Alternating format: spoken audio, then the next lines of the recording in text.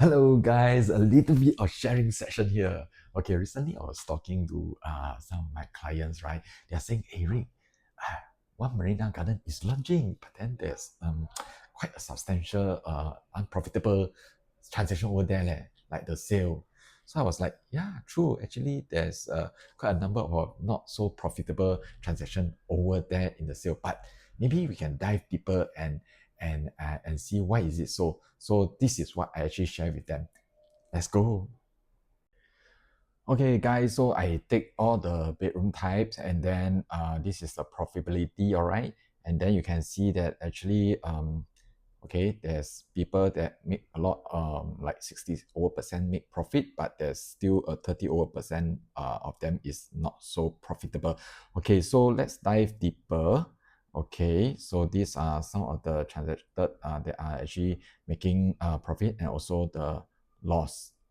Okay, so let's go in deeper why they actually make a loss. So maybe we look at the one bedroom. All right, one bedroom. Okay, so one bedroom, let's take a look. Okay, so one bedroom, there's okay, I just randomly pick one. Okay, let's say for example I take maybe the most, okay, or maybe I take the most recent one. The date of sales is this 24 Jan 2025, and then let me just go inside.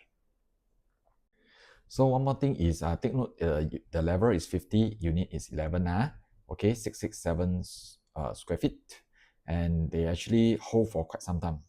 As you can see, they hold 13 year and 4 months, all right, and 30 days. So they lost about 200 plus. Okay, let's dive in deeper. Okay, now we are at this 5011. So then what happened? Actually, you can see the first guy, right, they actually bought there's a few transacted already for this particular unit, which means that they have changed hand a few times. All right. So the first one, the first guy, the first owner that bought it at the new sale, right? The new sale, that means a new launch. He bought at a very, very attractive price, which is about 580 plus 100,000. PSF is 873. That was in 2004, November 10. And then 3 years down the road, or even less than 3 years, he actually made a handsome profit. You see, he actually sold at the 1,849 PSF and at a price of 1.2. So you can see that it is actually the first owner that bought the new launch and he made a lot of profit from this unit. Is actually 700, close to 700,000, which is quite a lot for a one bedroom unit. So so so what happened here is the second guy bite the bullet pay for this price, and then he actually continue to hold until 2011, and August 26 he actually sold to this buyer, all right, at a PSF of 2249, and which means that he also made profit, although he actually so-called paid a lot and give this first guy a lot of profit, right? He also still make profit lah. But then right now, when you see this guy, right, when he buy 2249 from this seller, now he decided to, after hold for so many years, that was back in 2011. He hold for like close 13 over years, and he still actually made a loss, because he actually paid for this 2249 PSF, which initially the first when he launched is only 800 plus PSF. So what is the moral of the story? The moral of the story that is, you can see that actually it's not that this unit cannot make money. It's just that after a few rounds of so-called exchange hands, it really, this guy is actually paying a lot higher to actually get this unit, and that is the reason why he need to hold. And if he cannot hold for any longer and he decided to sell, then he will subject himself to a big risk.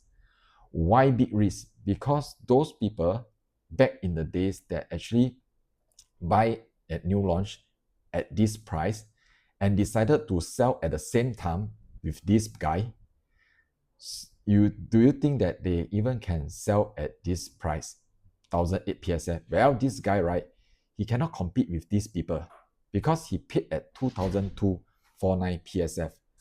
So he if he really have to let go of the unit, he have to sell something like what every other people is selling, because the resale price is always limited by the transaction, right? And also the valuation. Yeah. So that is the reason why this guy lose money if you dive deeper, and this is what actually I have explained to my buyer as well. So I leave it up to you guys to deduce what is the moral of the story. But remember a few things that actually I highlighted. If you see the place that transaction is losing money, you have to actually dive deeper to understand why it actually lose money. Does it because of they change a few hands?